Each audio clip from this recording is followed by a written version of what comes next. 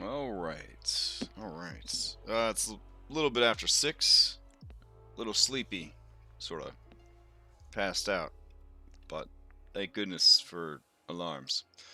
Time to work on Gothic Horror setting.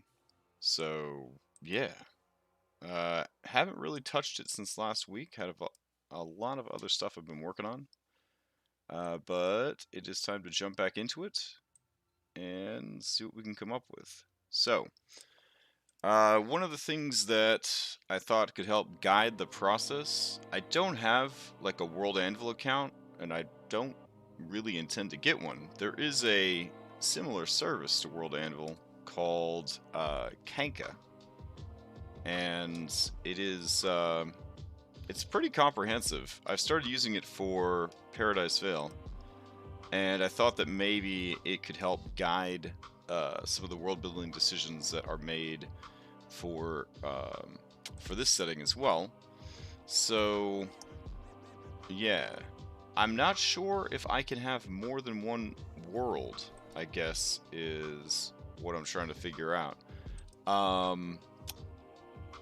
Or if I'm kind of locked into just having Paradise Vale. You do get ads, which is a whole thing. Let's see. Hey, what's up, man? So, let me see. Personal profile, blah, blah, blah. Account, layout. I don't think this is going to give away too much of my personal information. Linking your social. Layout. I can't tell if I can have more than one world or not. Let's check this. Your campaigns, Paradise Vale. Alright, can I make a new campaign? Let's see.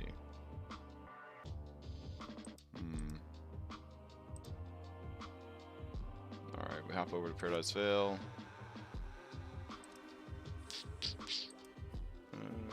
Let's see. Dashboard settings. Roles. Edit this campaign. Let me Google it. Let's find out. Kanka make more than one campaign. Can I have more than one campaign? Let's see. You can be a part of as many campaigns as you want, including those you've created. To switch or create a new campaign, click on your campaign's name in the sidebar to open the campaign switcher. Below your campaigns, there should be a new campaign button. Aha! Alright, there we go. Alright, so this campaign is going to just be called Gothic. That's all we'll call it. And we'll just do Gothic Horror campaign. Because everything is still pretty ephemeral, I guess. Alright, gonna save it out. Cool. Alright, so within the world itself, what do we got here? Characters, locations, maps, organizations, families, timelines, races, and then the campaign itself. Quests, journals, items, events, abilities, notes, others, tags. Okay. I wonder if we're ready for this or not. These are all things that we definitely need to build, though. Alright. Let's go back here. Let's see. We left off by fleshing out the 4 Dreadlords. I didn't come up with anything for a 5th one, and I felt like it kind of overcomplicated things, so I'm just going to leave it. Yeah, Kanka is free. I guess I should throw the link in, because it's a weird link. It's kanka.io. There you go. It's basically everything that you would get from World Anvil, but free with occasional pop-up ads. And like you could pay to get rid of the pop-up ads, but it's pretty damn good. So yeah, just the calendar tool alone was worth it for Paradise Vale, because I was using just like spreadsheet, a Google spreadsheet, and yeah, it's been very, very helpful. And you can bring in other editors for your team. So if you have a West Marches or shared world like Paradise Vale, you could bring in other DMs, and they could help you with that. So I don't know. Thought that was pretty cool.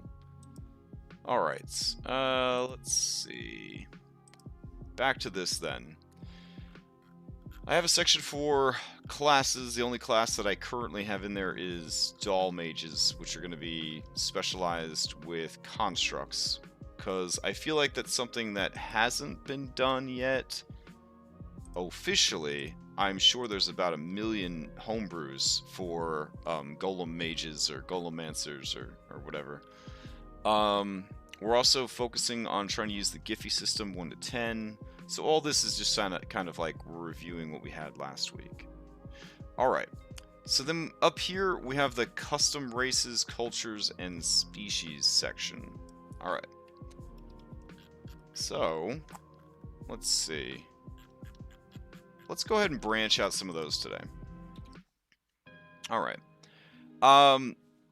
Obviously the first thing we might want to think about is the humans. So we've got these humans here, and the humans have embraced the darkness. They're all in for evil and the power brings. We've got fight the darkness. It's our divine right and duty to cleanse these lands of evil.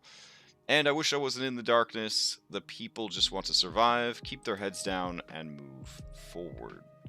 Alright, so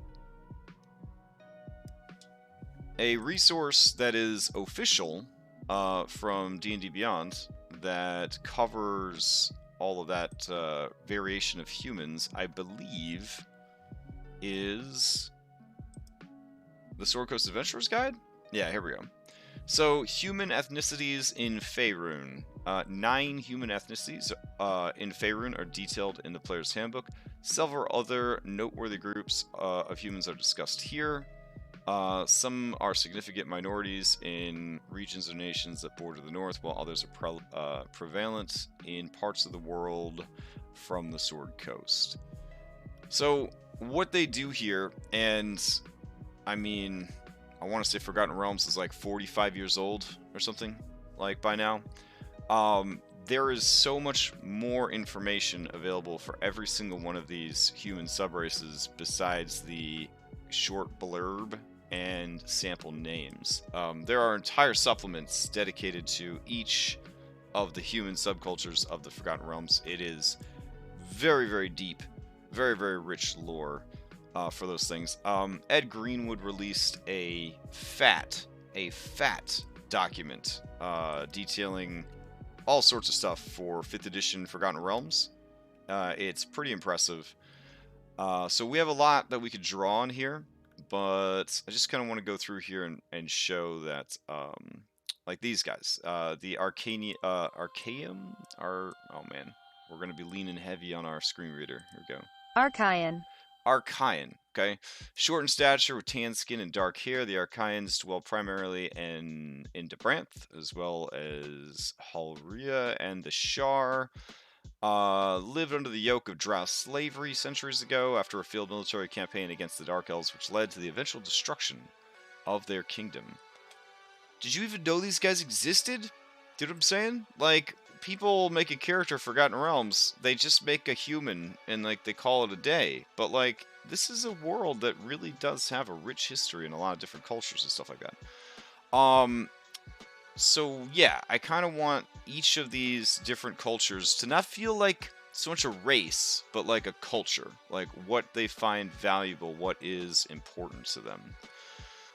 Now, these also include physical descriptions that sort of separate them from the rest. And there is nothing wrong with that inherently, in my opinion, when you're building a world. For example, in Elder Scrolls, of course, you have the Red Brands, who have darker skin and specialize in more mercenary skills, versus the Bretonians, the Bretons, yeah, that are more like, we have the bloodline of dragons or elves or some kind of magic there. I'm not a huge Elder Scrolls lore guy.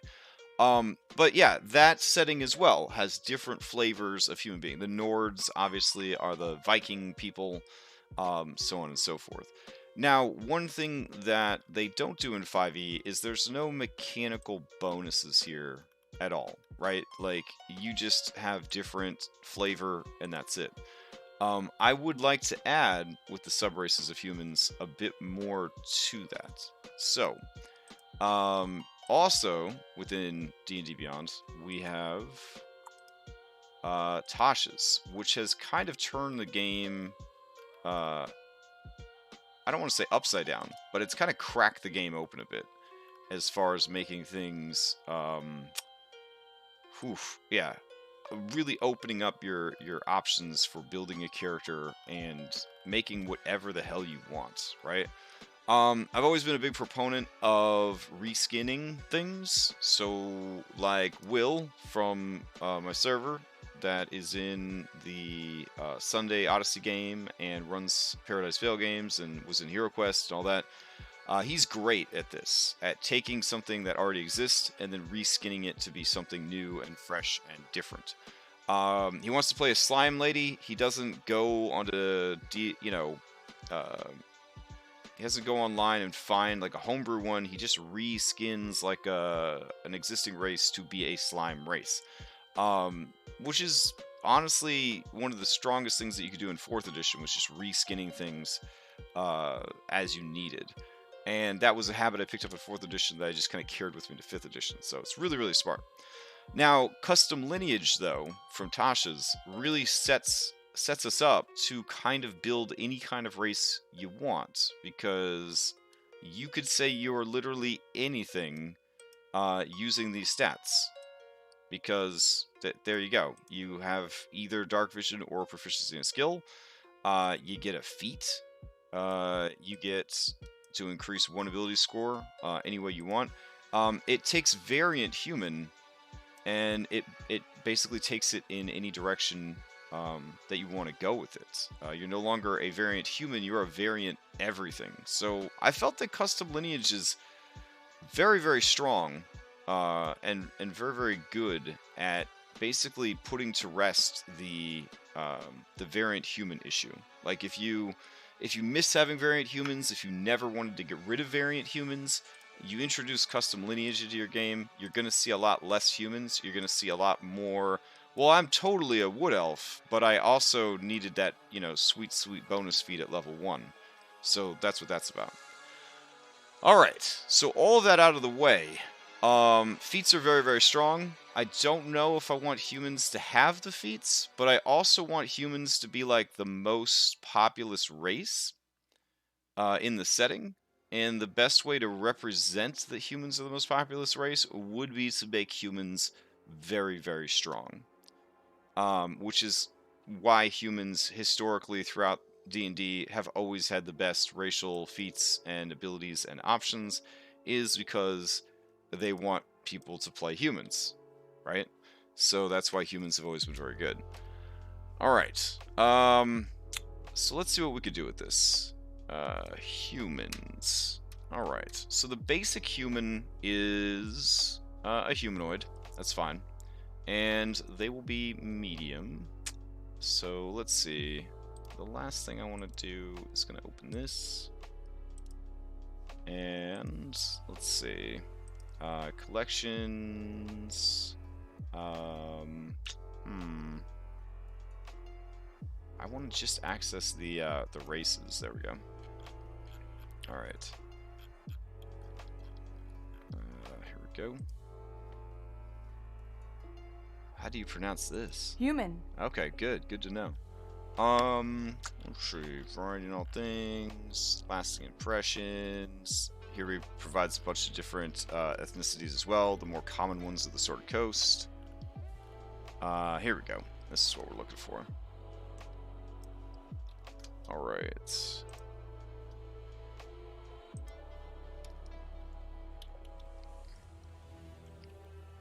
Okay. Oh, wow.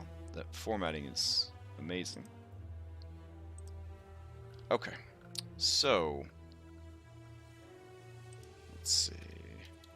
Humans. Ability score increase. Your ability scores each increase by 1. Humans reach adulthood in the late teens, live less than a century. They tend towards a particular alignment. Languages, blah, blah, blah, blah, blah. Speed. Okay, so all the basic but human stuff is fine. But what we will do here is we'll go up to this, and instead of them getting a +1 in every stat, they will choose one ability score to increase by 2. And then, instead of a feat, each of the subs will have its own set of abilities.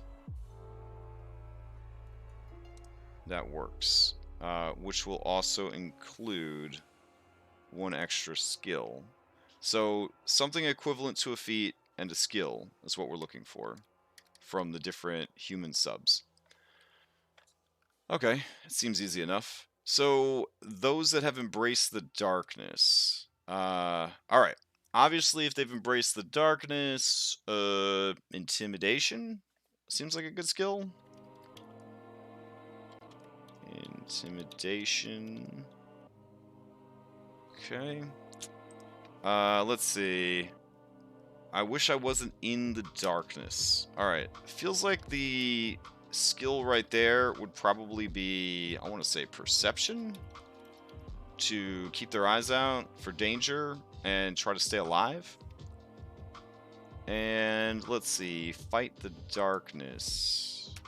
I feel like their skill would probably be athletics for running, climbing, jumping, swimming, getting out of grapples, that kind of thing. Alright. So now that we have a better idea of that free skill, what is a feat equivalent? Not actually giving them a feat. Oh, survival instead of perception. Derp. Alright, you're so smart. Alright. Okay. What would be an equivalent feat for each of these? Embrace the darkness, fight the darkness, and I wish it wasn't in the darkness. Keeping in mind that we also want to scale these as they level, right? So, in Tasha's, there are feats that literally have to do with merging with shadows. So let's drag this back up to the top here. Table of contents. We'll go to fancy feats. Where are you at, fancy feats? Are you before classes or after? There we go. After. Alright. Let's see. Oh, I love Chef. I'm so glad Chef made it into the game officially. Such a cool feat. Alright. So you have Fey Touched, which is super dope. Let's see. But we're looking for Shadow Touched. Alright. Exposure to the Shadowfall's magic has changed you, granting you the following benefits. Okay, I'm down for this. You learned Invisibility spell at first level. First level, once per... Okay. Kinda cool.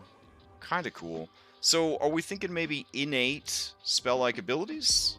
Like a Tiefling would have, right? Innate spell-like abilities. Yeah. I feel like that's kind of heading in the right direction. Crib from Tiefling. Okay. Alright. Yeah, I'm digging that. Alright, so if these guys are intimidating and they have spell-like abilities, I feel like as their connection to darkness and the Dark Lords keep increasing. Oh, yeah, Drow Magic would be a good call too. Let's see. Now, then we've got Fight the Darkness. So if we want to compare one to the other, we could simply do innate spell-like abilities, crib from ASMR. Since we don't have ASMR available in the setting, these would be like ASMR Light, essentially. Okay, kind of digging that. Now, I wish I wasn't in the darkness. These need to be the real, like, salt of the earth people. So no innate spell-like abilities for these people because they just want to be left alone. So I feel like these people, it should be saving throw focused. And skill focused. Yeah, exactly. Okay. Yeah. Non-magic. Salt of the earth. Alright. So that's kind of keeping that flavor there pretty well as far as what their abilities would be. Yeah. Okay. That's working pretty good. Let's see. As an example of a feat that gives you spells, Telekinetic would give you a mage hand that gives you a special action you could use. Telepathic gives you some spells that you could use. So if their racial needs to be on par with a feat, it's not ridiculous to give them innate spell-like abilities. This actually is pretty balanced with the new rules for race. So yeah, I'm gonna say that we're on the right track with those for sure. All right. Now, if we flesh these out a little bit, I don't want to flesh them out too much, but if we flesh them out a little bit more,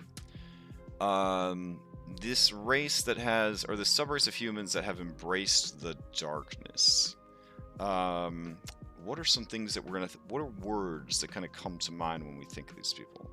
I like the idea of them being very refined, right? Like they consider themselves nobles or nobility, above normal humans, above the rabble and filth of humanity, even though that they are humans. I kind of dig that quite a bit. So, low light vision, maybe, as one of their many gifts that they get. Let's see.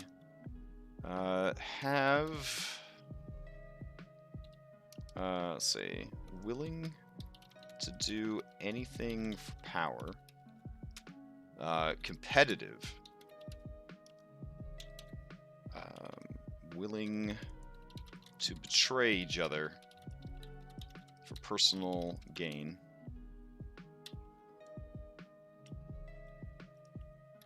In a way, they sound very drow, right? Not like modern 5e drow, but like more traditional drow.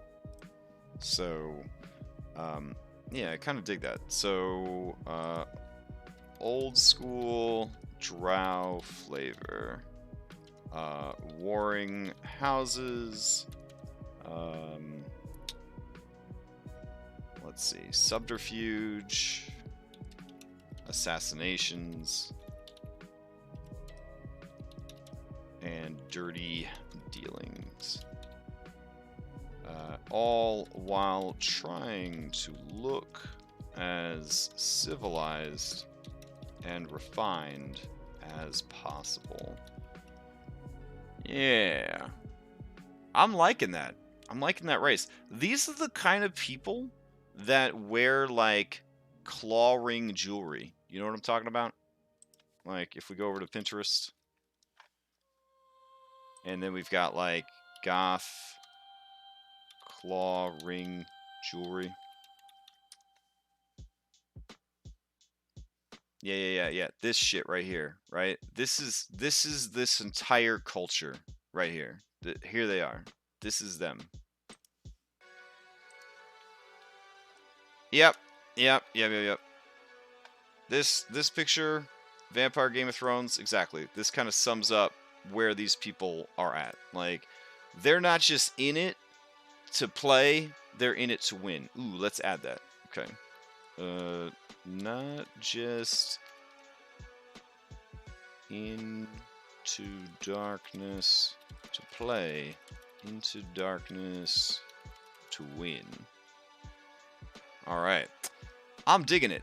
And yet, they are not in and of themselves vampires, because they can come from any of the four warring realms.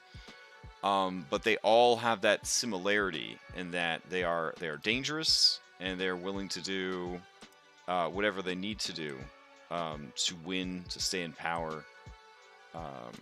Yeah, I like that. I like that a lot. Maybe even like some abilities that are like, for lack of better terms, Goblin boss type abilities. So basically, diverting attacks to your own allies, using your allies as shields, as cover. Basically, they are so selfish and so honed in their skills of using others that we kind of develop skills in that way. Oh my gosh, that could be crazy. All right, let's see. Then we've got Fight the Darkness. All right, so obviously, we're all on the same page here. It's the fucking Belmonts. All right. All right. So, hunt monsters, kill monsters, craft monsters into weapons to hunt and kill other monsters. Period. Alright, so these are less refined and more practical. Still ordered and structured. Warrior culture. Oaths. Tenets. Rules. Let's see. Got some Witcher vibes going on. Mixed with Monster Hunters and Belmonts. There we go.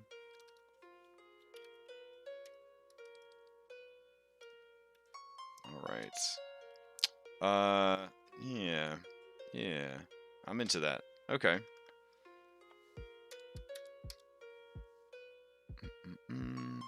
Let's find more practical, ordered, structured. Okay. Let's see. Stuff like better to help the many than the few. For example, an infected child who will spread a magical illness to an entire village would be killed unless a cure was forthcoming. So hardened hearts after generations of fighting evil. So these aren't like Care Bear good guys. These are practical. So practical good. Nice. Okay. So if we're thinking of just one thing that would rep these dudes, it would probably be fur-collared leather jacket. I spelled collared wrong, but we got the general idea here. Let's see. Yeah. These are the kind of people that would wear this ugly ass shit.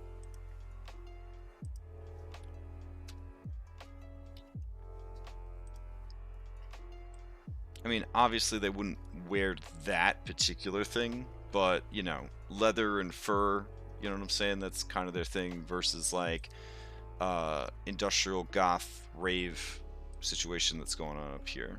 So, Alright. Then we've got Salt of the Earth. Alright, so these people just want to survive, keep their heads down, and move forward. Okay, so this is literally peasants. Okay. Let's see. The downtrodden, the meek, or simply, excuse me, or simply the lowest common denominator of humankind. Farmers, ranchers, merchants. These are the people who keep the world running. They are the cogs in the great machine of civilization. Alright. When I think of these... Yeah, exactly. When I think of these people, I think of the Chondathans from Forgotten Realms, which the common tongue is actually the Chondathan language, because they are the most merchanty of all of them. Unfortunately, the Player's Handbook does not do the Chondathans any justice here, but it does say here, humans of Chondathan descent dominate the central lands of Faerun around the Inner Sea. And they have the most, like, human, like, range of appearance, right? They could be anywhere from pale skin with brownish blonde hair to darker tan skin with almost black hair. They are the melting pot of the main continent of Faerun, and in a way, in that way, right? They are sort of the everything that we just described, right? Everything that we just described. So they are the everyman. They are exactly what we need for this to be. So, yeah. Now, gosh, what is a good, let's see, Transylvanian peasant. Oh man, yeah. Yeah, this lady's got it. No, that's just a lady at the Renaissance Festival. Oh man. Wow. Wow. Some old times. Okay. I'm also looking at, like, commissioning art for this project. I think that'd be pretty fun, too. I feel like this lady is really summing it up, right? Like, she's haunted, she's tired of this bullshit, and she just wants to be left alone. To live and then to die, and not have to worry about it anymore. Nihilistic. That's it. Very nihilistic outlook. Yeah, sure. Very nihilistic outlook. Just here to live and to die, hopefully uneventfully. Beautiful. Hey, what's up, man? Honestly, of the three, I would probably just want to play one of these, like, peasant farmers. Like, I kind of like their attitude there of just trying to get on in the world, like the most basic bitch of basic bitch humans. Like, to make a character like this when there's all these other, like, crazy exciting, like, mythical creatures to be, I feel like it's such a brave move to be like the absolute lowest common denominator, the basic of all basic bitches. I like it.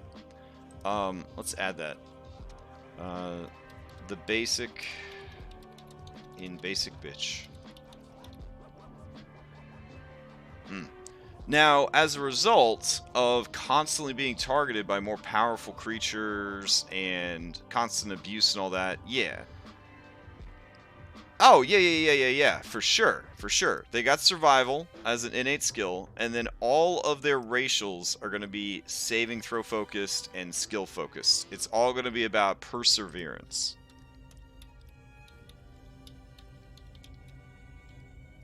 Is their strength. Perseverance is their strength.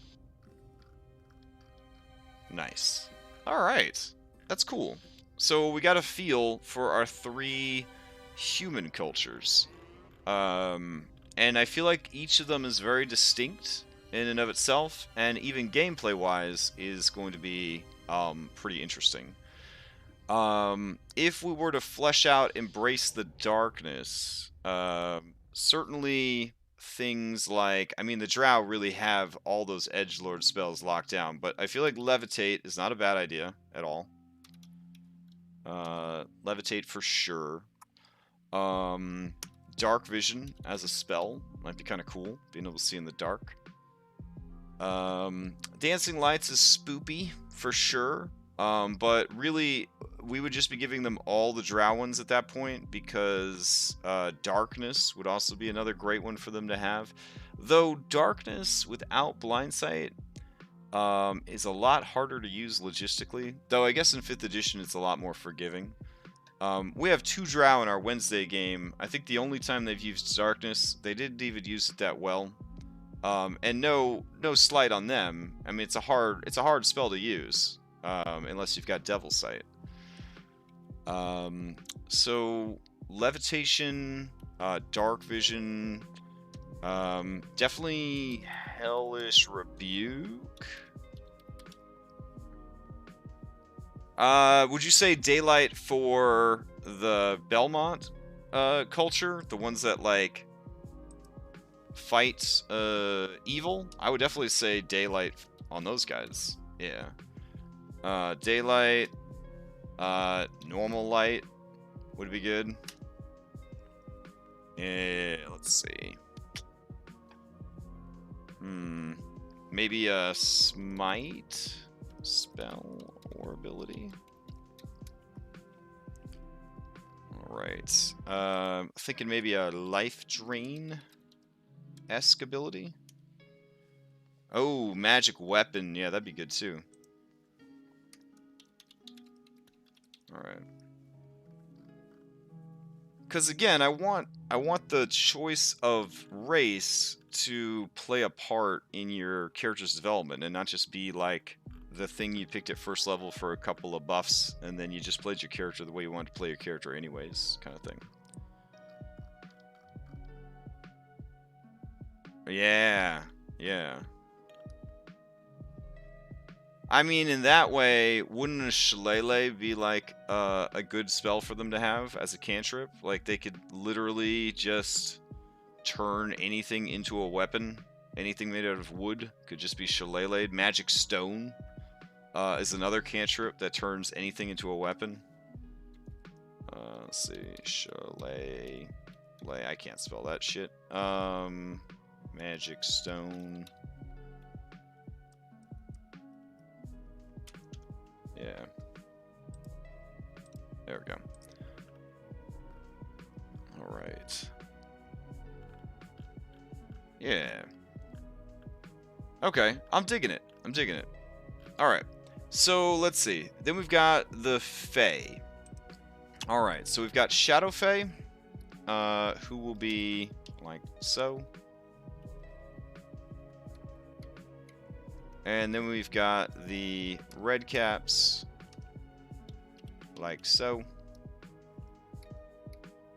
Alright, and we'll come to you later, Lycan.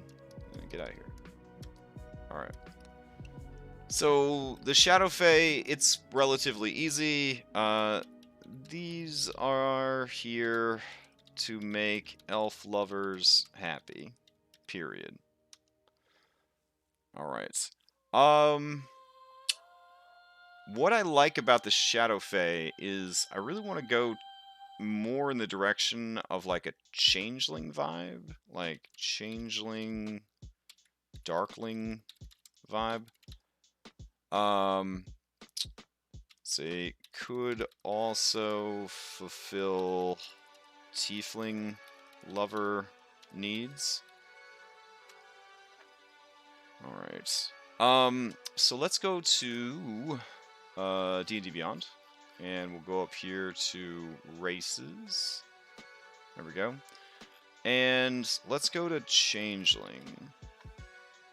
All right. So what is people like playing Changeling? Like in 28 years I've seen a lot of Changelings.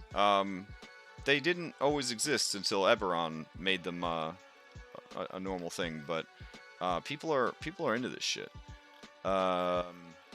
So basically, as this action, you can change your appearance and your voice. You determine the specifics. And then they have all these abilities right here. Deception, Insight, Intimidation, Persuasion. You gain proficiency with 2. Now, because this is such a strong ability, and because they also have strong ability scores, Charisma being one of the strongest skills in 5e, and then literally any other skill of your choice, they've always been very, very strong in 5e, in my opinion. Is this enough to, like, make them unique and special? Yeah, I'm digging that. A Misty Step ability. So let me copy the Shape Changer ability over. There we go. And then also, Misty Step, in dim light or darkness. Okay. Do we want to give them anything related to the normal, like, elfy stuff? For example, let's see, half-elf. I wouldn't give them the full elven stuff, because we don't want them to be elves, per se. But something along the lines of Fey ancestry, right? You have advantage to saving throws against being charmed. Magic can't put you to sleep. Obviously, that's very handy in a game like this, where there's going to be shit trying to control you all the time. Let's see. What else? I do think it's fascinating. A lot of people don't realize this, but Sword Coast Adventurer's Guide introduced half aquatic elves and half dark elves and half high elves. So you actually can play a half-elf and have a lot of versatility that you probably didn't know you could have, character building-wise. So, anyways, just a neat thing to point out. A lot of people don't know that the Sword Coast Adventurer's Guide actually had some pretty good nuggies in there. And have the amount for the Misty Step equal to, like, proficiency, so it scales maybe. Yeah, that sounds pretty cool. So scaling. We could also make Shape Changer scales with level. Like, they can't permanently achieve a different shape, but the duration scales with level. By having a duration here, we can justify additional traits beyond the normal Changeling shape changer ability. Because normally what makes this so powerful is it just happens. Yeah. And you just kind of keep that form for as long as you like. So you stay into this form until you revert to your true form or you die. But we would be adding the caveat that you don't have that. You can just do it for a little bit. Yeah, disguise self other than alter shape. Yeah, that could work too. So, like, disguise self charges could work. Very cool. Disguise self, honestly, probably stronger than shape changer. Because you could change your clothes and your other appearance as well, and it's a lot more. There's a lot more you could do with it. Yeah. Okay.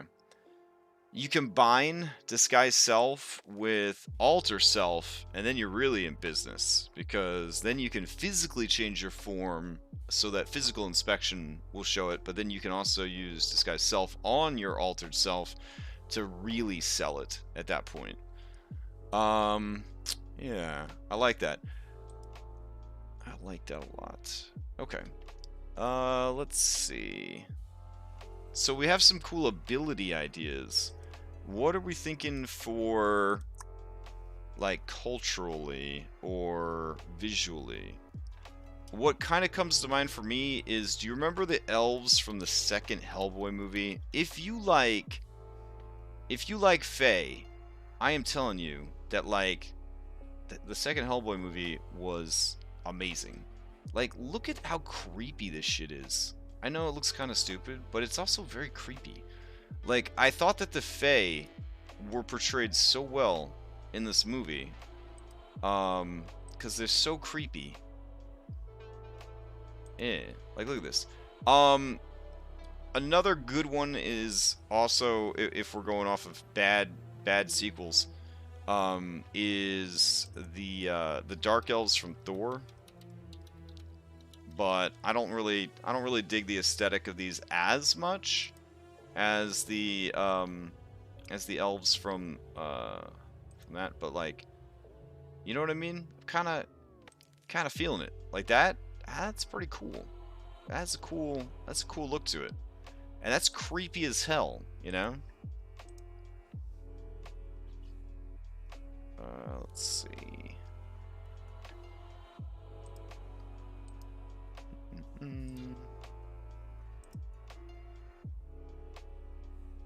Maybe have, like, culture where they are treated as noble. Well, I kind of think that the red caps would definitely sort of be more subservient to these guys. The other thing that we could look at for abilities that might work for these creatures would be the Hagborn from the recent UA.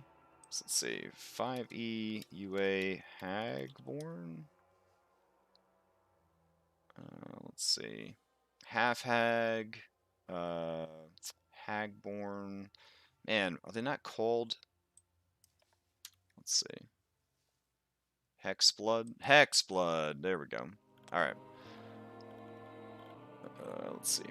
This is kind of weird because the lore of hags is that they eat a baby, and then they get pregnant from eating a human baby, and then they birth out a infant hag that looks exactly like the normal ones, and then, or our normal human, they take that back to civilization, and they're like, here's your baby back. And then when the baby turns 16, it turns into a hag. And just, yeah, it's a whole thing. So that's, I mean, yeah. I don't know if they're changing the lore for this, for these Hexbloods, or, yeah, like they have these cool origin stories of how you came to be and all that jazz. I was pretty excited about this overall. I thought it was kind of cool.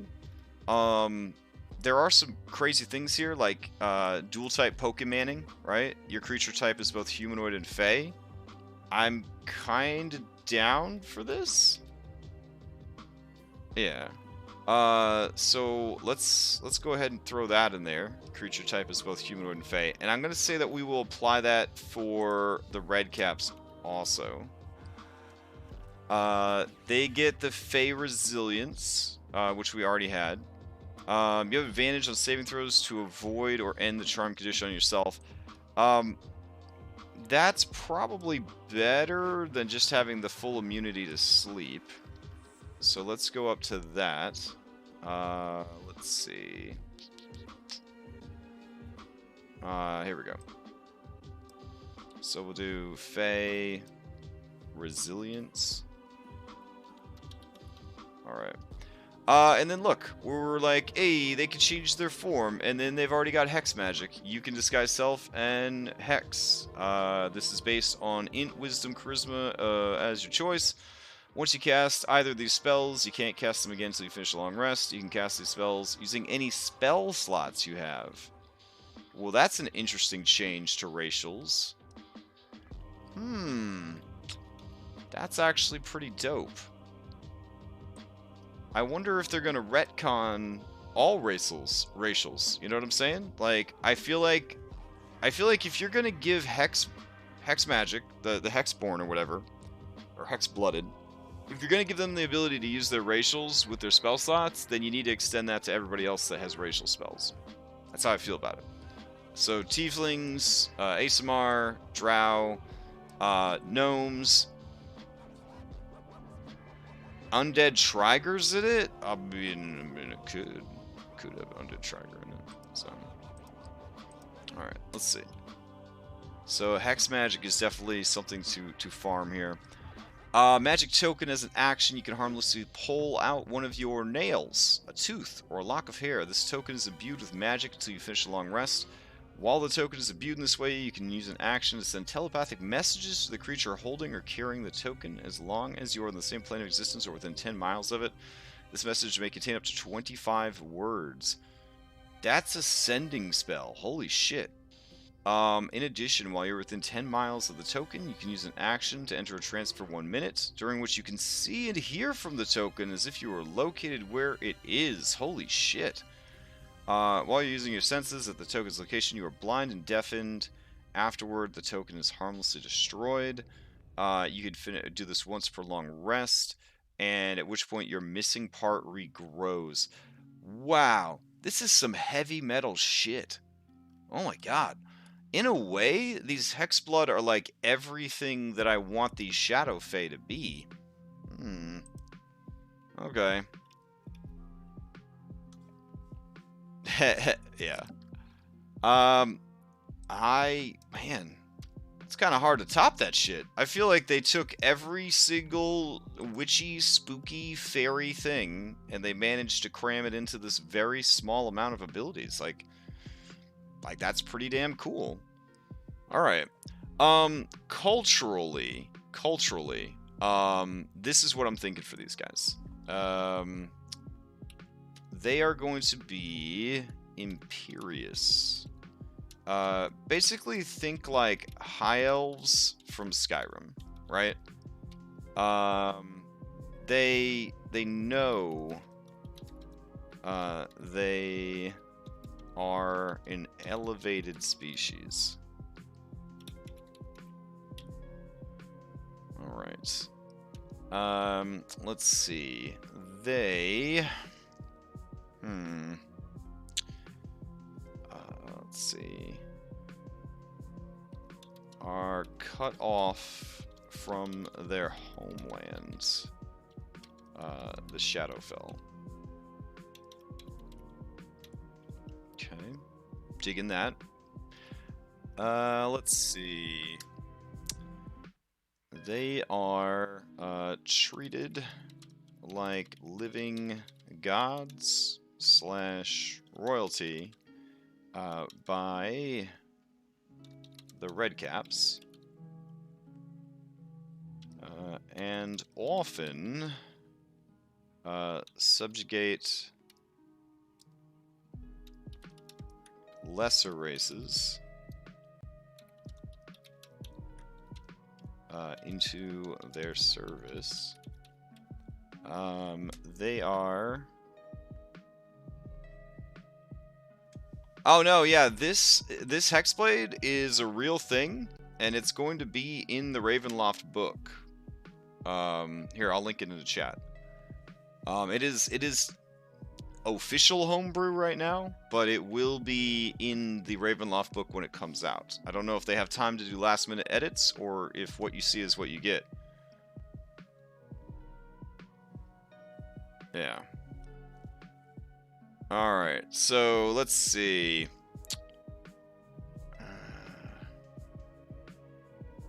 I don't like those spell slot racials. Marshals just lose out again with fewer or no spell slots. Same issue with Ravnica backgrounds. They were great for casters. Marshals just got even less versatile by comparison. Welcome to 5th edition. Yeah. Like, 5th edition is the spellcaster's edition of D&D. Very much so. A lot of people felt that 4th edition was shitting all over spellcasters because it gave non-spellcasters literally the same abilities, but just with different flavor. The rogue had an AoE because they threw anime style a cloud of daggers, which is literally a spell in 5th edition, Cloud of Daggers. They took the 4th edition rogue's cool AoE ability and they gave it back to like spellcasters as a spell. They brought down like the Nerf Hammer hard on 4th edition melee and martial classes, and it sucks. It really sucks. I have been enjoying immensely playing 5th edition with the Giffy rules because it neuters, for lack of a better word, spellcasters. It makes the spellcasters not so great anymore. And do you know what? I played a Wizrobe 2 weekends in a row who, every time he cast a spell, he nearly killed himself. And he was still really fucking strong. Like, really fucking strong. Like, he put an entire cave of bad guys to sleep and then set everything on fire at level 2. You know, like, spellcasters are so strong that even heavily nerfed, they are still super strong. And I think we see that in my my mythic game because we have spellcasters, and because the spellcasters have to deal with dangerous magic and they have to ration out their magic and their spells, it does allow the non-spellcasting characters to really step up and take the spotlight, whereas it would constantly be just the spellcasters solving all the problems, doing all the things. Yeah. But you're right. I mean, this mechanic that they're introducing of, oh, you can use your spell slots to power your abilities, it basically, yeah, it basically is another thing for spellcasters. It's another thing for spellcasters. So, what we can do is we could change it so that these spells could be powered by hit dice. That's a thing.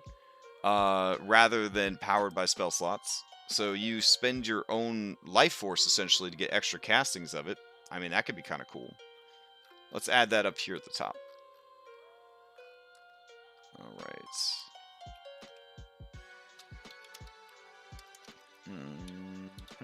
There we go.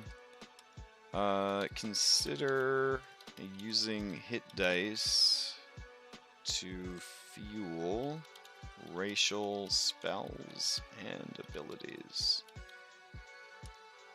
Avoid racial spells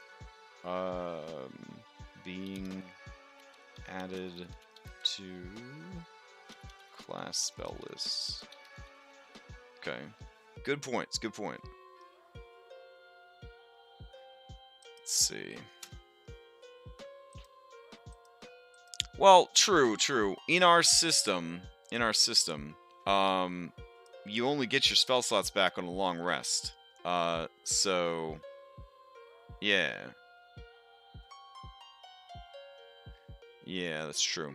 Also, you'll probably be burning out your own hit dice with spell burnout anyways, so you, like, one or the other. Oh, spells cast with hit dice don't trigger burnout. Ah.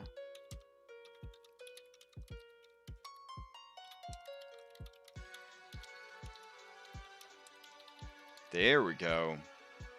Spells cast with your hit dice do not trigger burnout. Very cool. In this way. In this way. Boop, boop. Hex Magic is more versatility for caster, but at the very least melee classes get spells that they can for racial instead of having to multi-class. That is true. That is true as well. And the one argument there would be these 3 stats, intelligence, wisdom, and charisma, are not traditionally like melee character stats, right? Like these are more than likely all stats that a melee character, except for like a paladin or a hexblade or a valor bard, these are all things that would get dumped.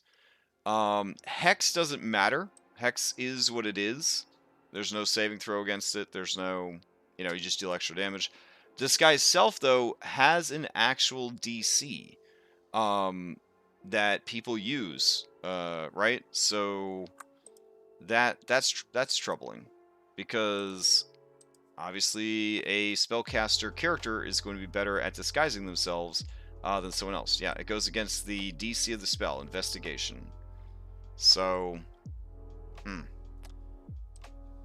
Alright. Though, I mean, very few DMs, I think, remember to enforce this. I don't know. Maybe they do.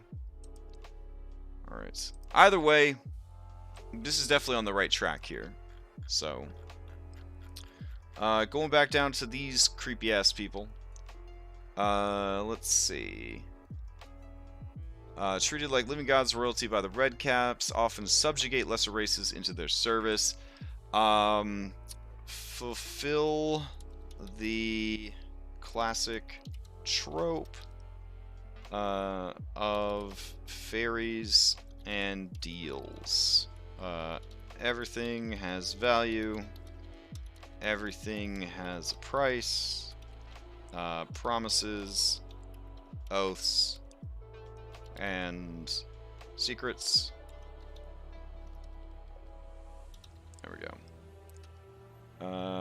Let's say have more value than gold. Yeah. Okay. Let's see. Aesthetics. Wow. It's like my brain wants to put the words down, but aesthetics. There we go. That can't be right. Oh my god. Alright. I'm gonna figure this out. I'm gonna learn. Man, I wish I had, like, actually gone to school. Oh, no. Okay. I guess that is right. Cool. So we're looking at Hellboy 2 Fairies with some Thor 2 Dark Elves tossed in. This is tentative. Alright. Tentative? Is there a T in there? Yeah, there is. Alright. What if the big bad or some evil people suck the life out of others to keep, well, yeah, if we could fuel spellcasting with hit dice, I mean, absolutely, oof, good idea. Good stuff. Good stuff. Alright. So, what is this? Literally, what are we talking about? Blood magic. Yeah. Fuel spells with other people's. And your own. Hit dice. Beautiful. Alright. Yeah. I'm digging that shit. Okay. So let's see. Red caps. Alright. They are small, but they are scary. Okay. So a red cap is like the best and worst qualities of a gnome and a goblin. So let's go to goblin first. I'll be honest. 5e goblins, they ain't no Pathfinder goblins, that's for sure. They ain't no Pathfinder goblins. So, what do they got? They have Nimble Escape, which is absolutely fantastic. Unless, of course, you played a rogue, and then you just played yourself. Because what the fuck is the point of Nimble Escape if you played a rogue? But if you're not playing a rogue, Goblin's pretty damn cool. So, let's look at Nimble Escape, maybe. And then Fury of the Small. I mean, come on. I mean, Yeah, you get damage equal to your level. Like, that ain't shit.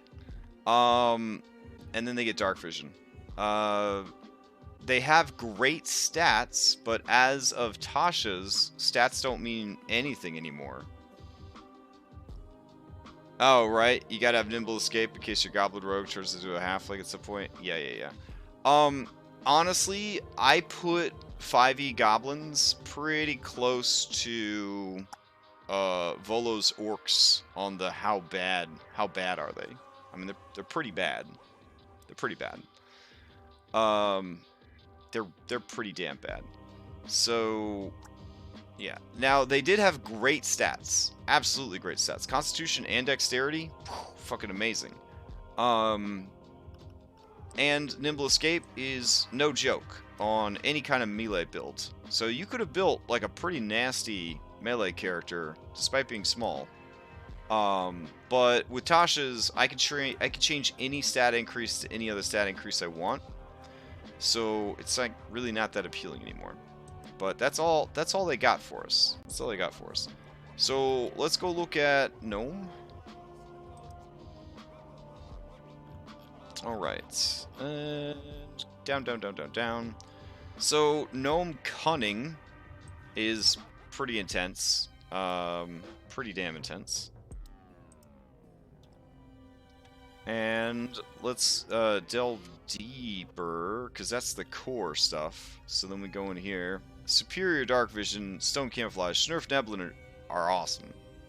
Gnomes in general are very good. I know a lot of people don't like them, and they don't like to play them, but gnomes are very strong mechanically.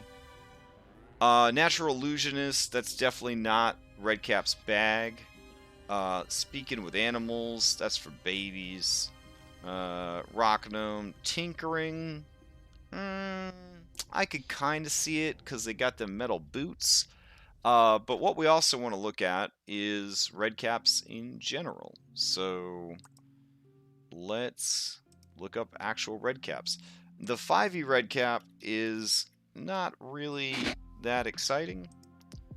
But one of the things they have that is interesting is outsized strength.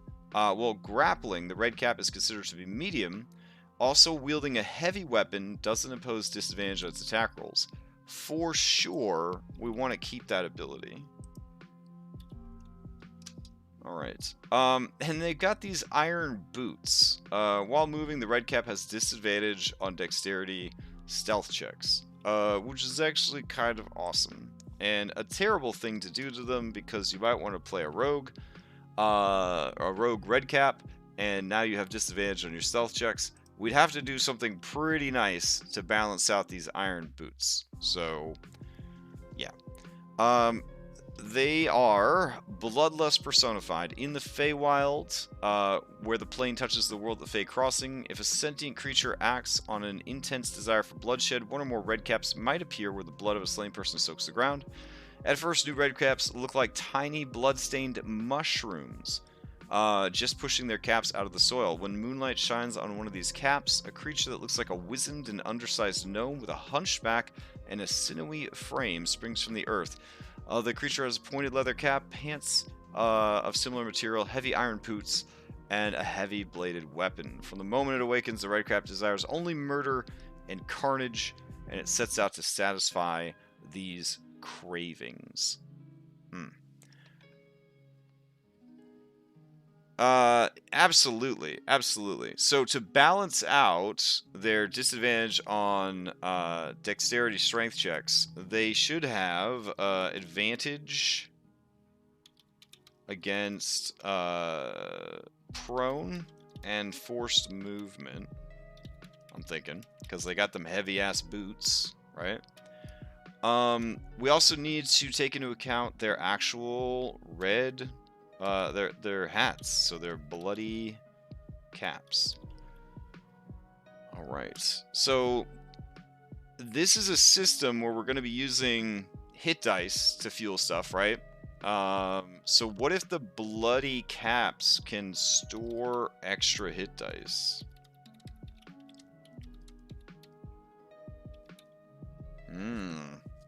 Kind of digging that. And they must be fed. Also, with outsized strength, I don't just want it to be when grappling. We basically want to make these a Jeremy Crawford medium, even though they're small. So what we could do is, let me go to Loxodon real quick.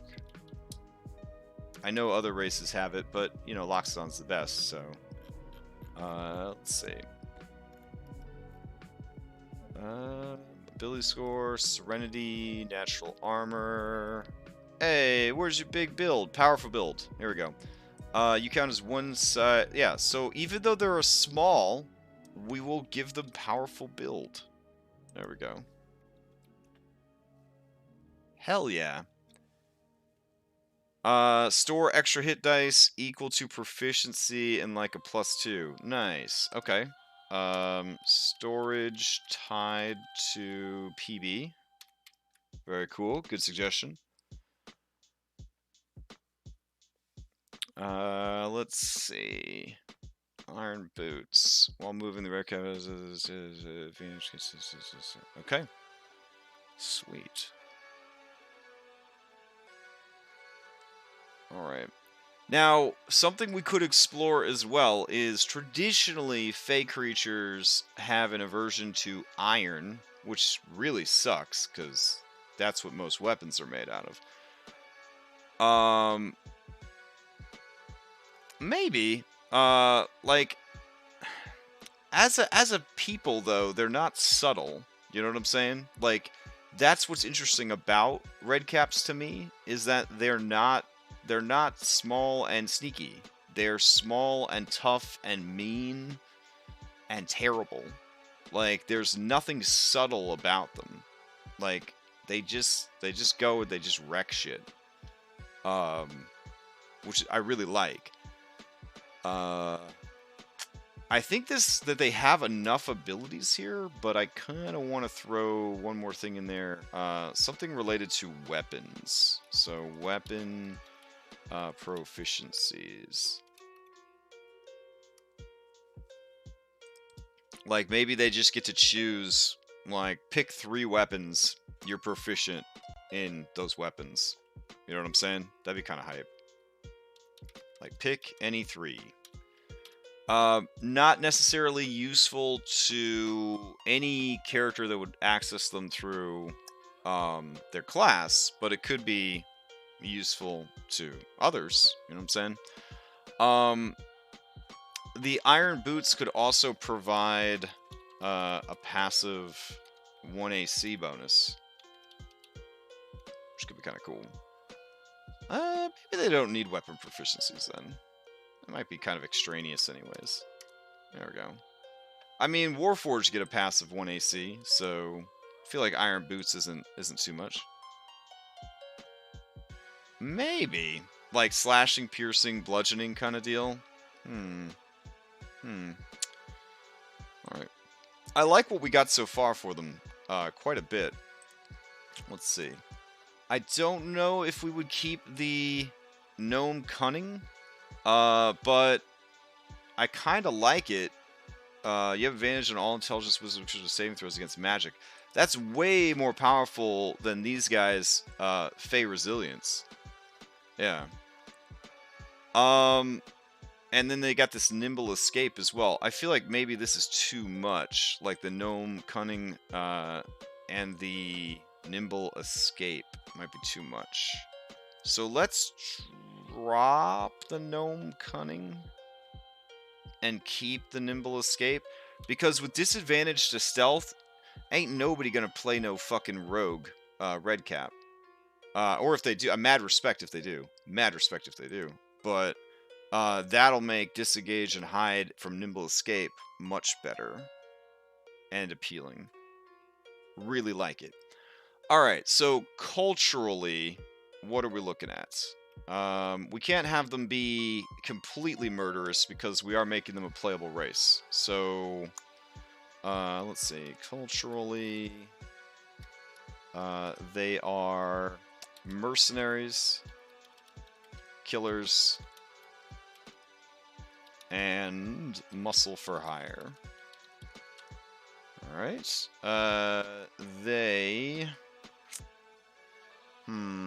What's the accent of the guards from the Fable games? What is the accent of the guards from Fable? Alright. Irish brogue? Is that's a thing? Modern Albion has its own unique language, its own unique alphabet. Regional accents, Birmingham. The majority of these accents are from Birmingham. Okay. If you have not played any of the Fable games, like, get a hold of the first Fable game for sure. Fable 1 and 2, fantastic. Stop playing after 2. But the guards, they just have, like, the most adorable, like, accent. But I kind of picture it for these guys. Alright. So, we'll do, like, Birmingham accent. Let's see. Killers. We're gonna say that they like plaid.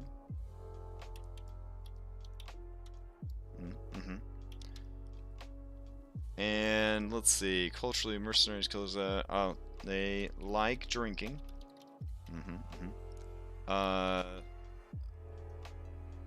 Blood ale. Well, they like drinking. They like blood, obviously.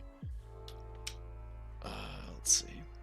What might be kind of cool is if they like animals, but that wouldn't really be reflected in any of their stuff. But it would be kind of a cool twist if they like animals and beasts more than people.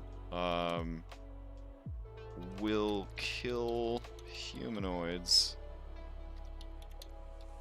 before killing beasts. I kind of like that. I like sort of a softness there, and also they are fey creatures. You know what I'm saying? So I like that. Maybe they don't want to stop the war and join causes that could do as much damage as keep the war going. Oh, yeah. Huge fans of war and conflict and strife. Keep tabs on the warring realms and try to make sure no one dreadlord pulls ahead of the rest. Okay. There are also centuries of servitude to the Shadow Fey.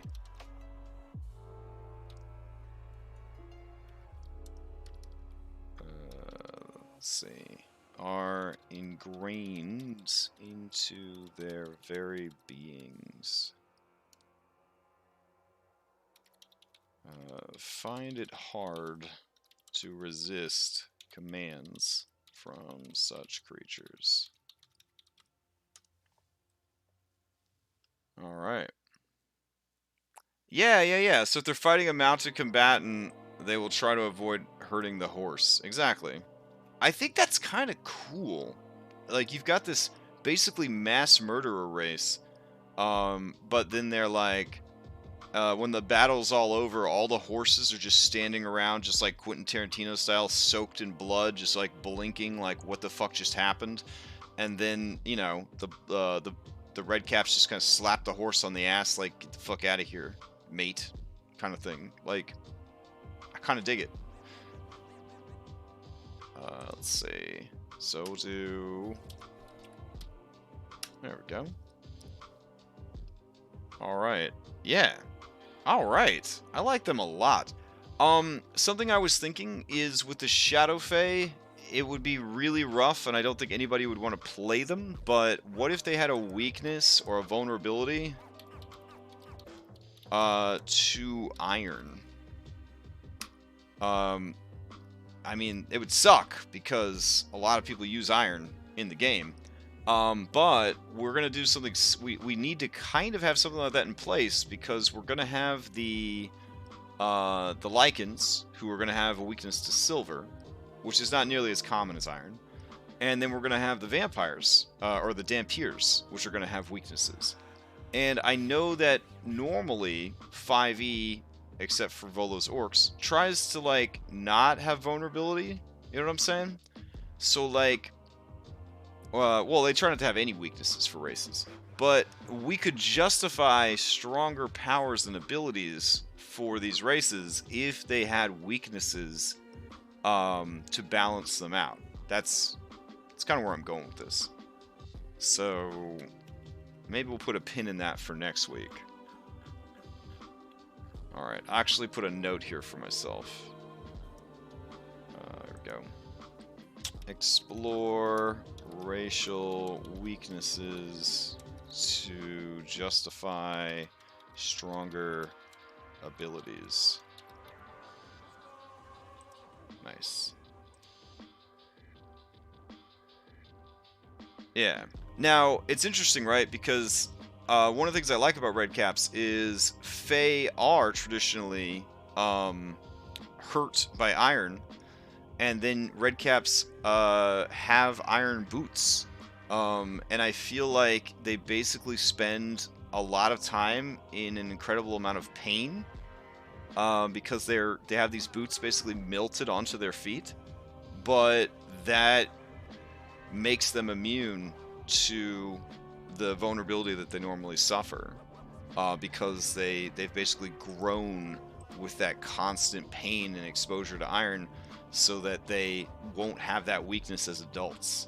They basically spend their whole childhood suffering from constant burning from these iron boots, and then that just makes them stronger as adults because this is a whole culture built on, like, killing and strength and being strong. So, yeah. Yeah. Alright. Welp. It is 7:30, so we've put in 90 minutes ish, a little bit less than 90 minutes, but we put in some good work here. I am excited about all 5 of the races that we designed today. I think we're really fleshing it out here on this second day of world building. And we still have the Lichens, the Batkin, and the Dampier to rough out. Once we have them all roughed out, we're not going to refine their abilities. We're going to leave it rough, and then we're going to start developing the world itself. And then we're going to come back on another pass later and start refining and defining these abilities because we'll have a better idea of how the world itself is going to work. You don't want to, in the early stages of world building, you don't want to commit heavily to any decision because you want to make sure that you stay flexible. So if something happens in the world, you don't feel like if you do this, you can't do it because you already committed to this other thing. So that's why we're giving them a lot of different abilities and keeping it all very, very loose and fluid so that in future passes through, we can further refine this stuff to work. All right. So, tomorrow night is Rime of the Frost Maiden, and the stream tomorrow night is Paradise Vale. We will be working on integrating a new set of Kingdom Builder rules. They are awesome. There's only about 10 pages long, and they are comprehensive and easy to adapt and easy to expand on. I'm very excited about it. It is an excellent way to add kingdom building and civilization-esque features to our West Marches game, so I'm very, very excited to work on that. Thursday, we're going to start in on the Sky Realm, the Cloud Kingdom, the Cloud Sea, Sky Seas, whatever the fuck we decide to call it, for Skull and Shackles. That'll take us closer and closer to the finale of that campaign. Friday, I'm thinking we're just going to make some maps. Maybe we'll make a map for this world. Maybe we'll make maps for Odyssey. Maybe we'll make maps for Paradise Vale. Not 100% sure. Saturday, we won't have a stream, but Saturday morning, we will be playing some Paradise Vale and streaming it, so that will be fun.